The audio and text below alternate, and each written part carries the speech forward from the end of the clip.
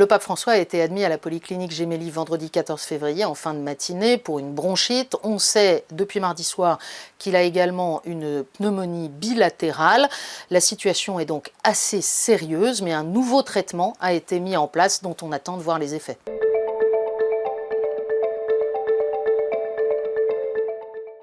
Depuis l'hospitalisation du pape vendredi 14 février, il y a eu vraiment deux périodes. Il y a eu une première période avec des communiqués plutôt rassurants et en même temps très flous, dans lesquels on nous disait qu'on adaptait son traitement, qu'il subissait des examens, et on nous parlait d'une infection polymicrobienne des voies respiratoires. Et puis le ton a tout de même changé mardi soir avec un communiqué plus précis qui manifeste que le pape souffre d'une bronchite asthmatique, d'une dilatation des bronches, mais aussi d'une pneumonie bilatérale pour laquelle un nouveau traitement a été mis en route. Il s'agira de voir si ce traitement porte des fruits. Alors évidemment, on a des nouvelles 2 fois par jour qui sont données par la salle de presse du Saint-Siège. Comme toute institution qui communique, on imagine bien que ce n'est pas totalement transparent. On a senti ce changement de tonalité en matière de gravité pour un homme de 88 ans.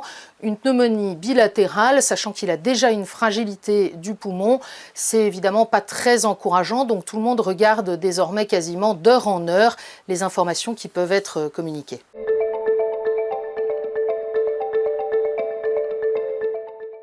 Le pape François a la santé d'un monsieur de 88 ans qui a une histoire médicale. On le sait, il a subi l'ablation d'un lobe d'un poumon à l'âge de 21 ans, à la suite d'une bronchite déjà.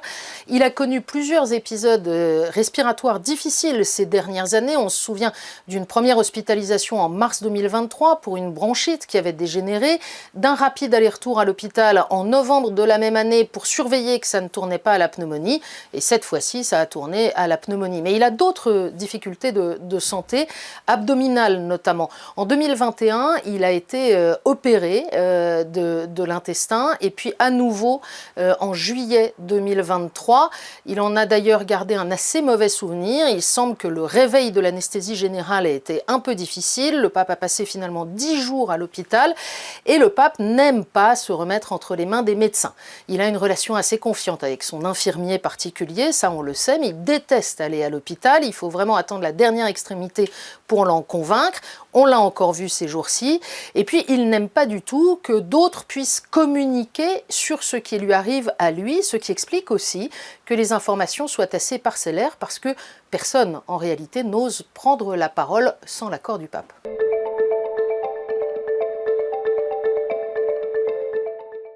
Si l'état de santé du pape venait à se dégrader de façon majeure et qu'en fait il perde la capacité d'exercer son ministère, n'étant plus conscient ou n'ayant plus toutes ses facultés, eh bien rien n'est prévu. Par le droit de l'Église, on est pape à vie et on n'est plus pape quand on meurt, sauf si on renonce à sa charge, mais on doit le faire en toute liberté et en toute conscience. Donc c'est un problème.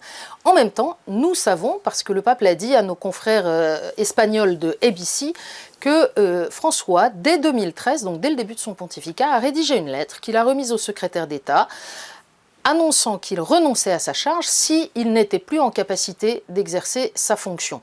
On ne sait pas très bien quelle est la valeur légale de ce document, personne ne le sait à ma connaissance. Ce serait, le cas échéant, aux cardinaux d'en décider si le pape devait être en incapacité pendant une durée assez longue, j'imagine. Ce n'est pas la situation actuelle en fonction des informations dont nous disposons. Aujourd'hui, ce qui se passe, c'est que le pape est sous traitement. On attend de voir si ce traitement fait de l'effet, comment cela réagit.